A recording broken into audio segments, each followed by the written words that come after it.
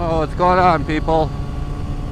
Well, I made some modifications to my microphone. Hopefully it helped. It's still kind of windy out here,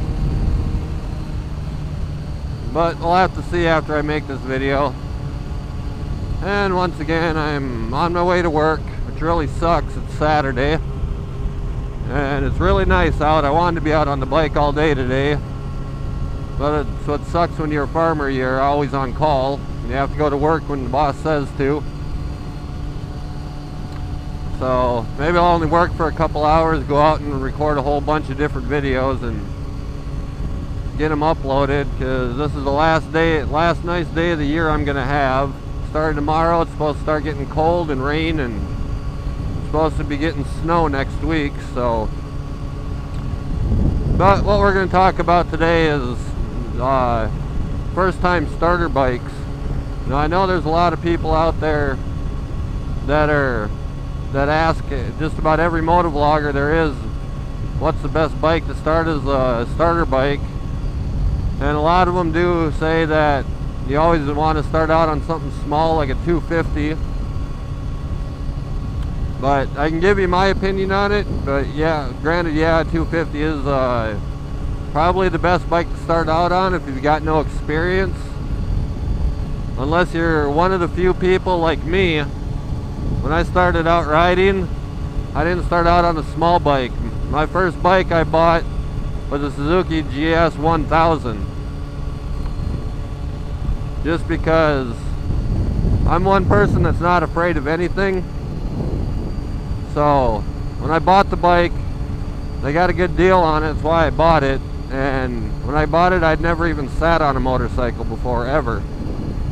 But it didn't bother me because I'm not afraid of anything. The way I see it, life is too short to worry about what's going to happen to you. All you can do is just have fun and do what you can do.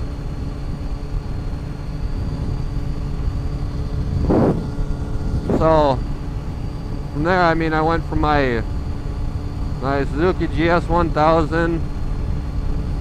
Then I switched over. I got this bike. This is only my FZR 600.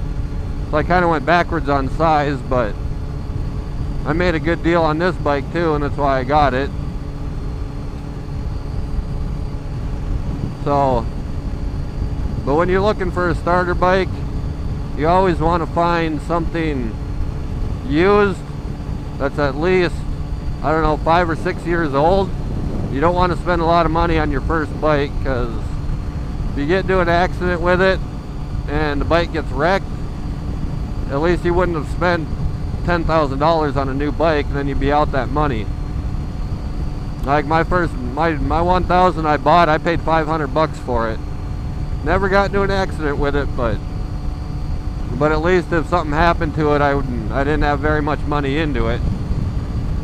And oh, my best friend that tried following my example, his first bike that he bought was a Kawasaki KZ 1000, which it's actually sitting in my garage right now. If you see my walk around intro video, you see slight glimpses of the bike sitting next to this one. But he bought that one for $400, and it was the first motorcycle he'd ever ridden on. And he's just like me, though. He's fearless. He doesn't care. But about 2 weeks after he bought it, he ended up getting into an accident with it. Messed himself up pretty good now. He's out of work for the next 4 or 5 months. Has to go through physical therapy. He's pretty limited on what he can do. Which, at least he's still alive. It could have been a lot worse. Because we went out riding that day.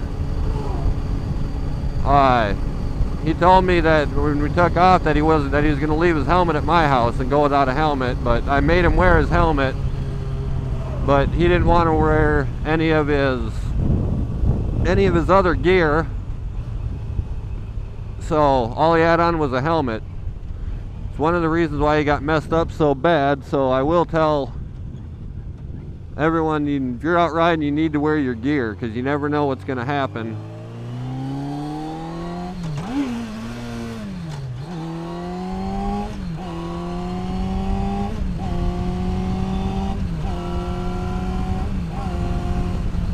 And he's lucky I made him wear his helmet, 'cause when he wrecked, he hit the ground about 50 miles an hour, hit the pavement face first, and the helmet's what saved his life. But he ended up with 600 stitches and 30 staples in his left hand and arm.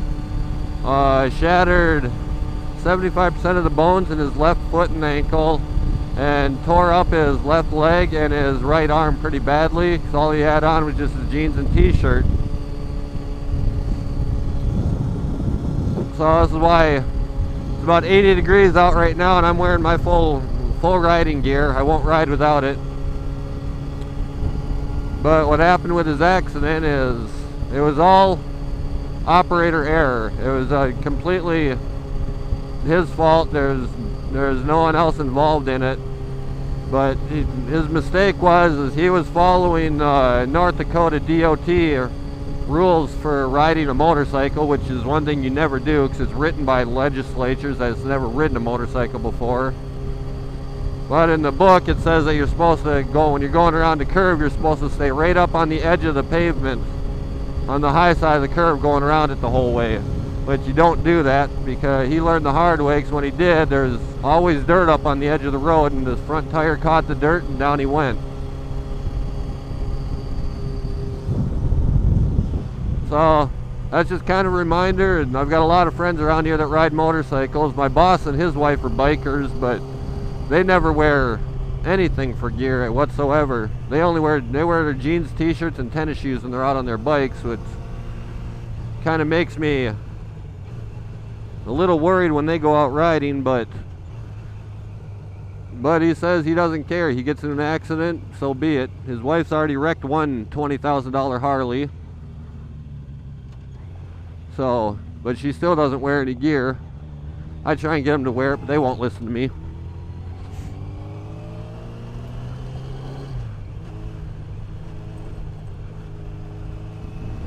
But now that and when you guys watched my last video, you seen when I said I'm a mile from my work and I'm gonna cut the video off. I thought I shut the camera off, but I didn't. All I did was shut the microphone off. So you actually seen where I work, but there's no sense in me shutting my camera off before I get to work, so people, because I know a lot of motovloggers, they don't show where they work at or where they live or anything. You see on my videos right where my house is, because I have my video recording when I leave my house.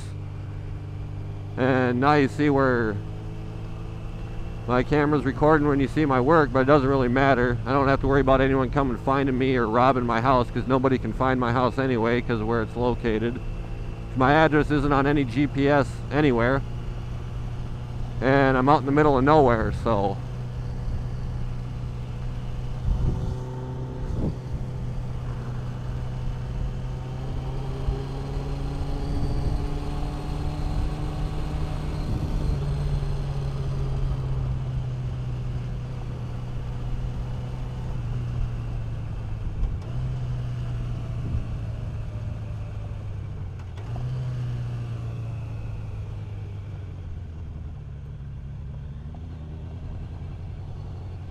Jesus Christ, I hate driving on fucking gravel. It sucks ass on a motorcycle, but I don't have a choice, because my work is on a gravel road and I live on a gravel road.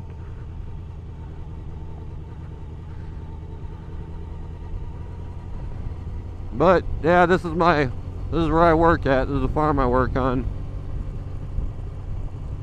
But now I'm gonna end the video. I gotta get in the pickup and head out to the field and go do some ditching before we get the rain. So if I can get off work early enough, probably make another video. I ain't gonna upload all of them today, but I'll just do one at a time. So that'll be it.